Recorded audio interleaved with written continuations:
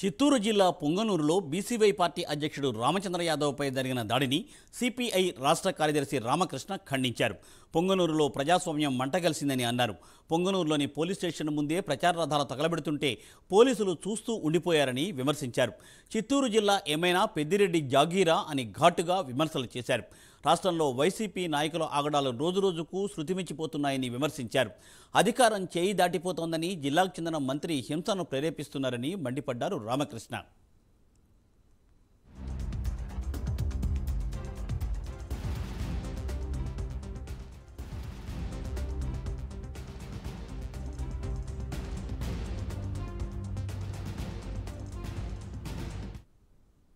కాగా మంత్రి పెద్దిరెడ్డి రామచంద్రారెడ్డికి ఈ ఎన్నికలలో బలమైన ప్రత్యర్థి అయిన బీసీవై పార్టీ అధ్యక్షుడు రామచంద్ర యాదవ్పై వైసీపీ శ్రేణులు దాడికి తెగబడ్డారు.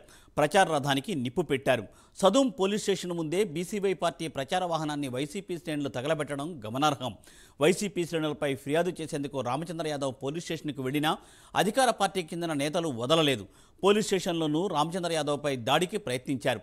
ఈ ఘటనలో సుమారు 15 వాహనాలు ధ్వంసమయ్యాయి.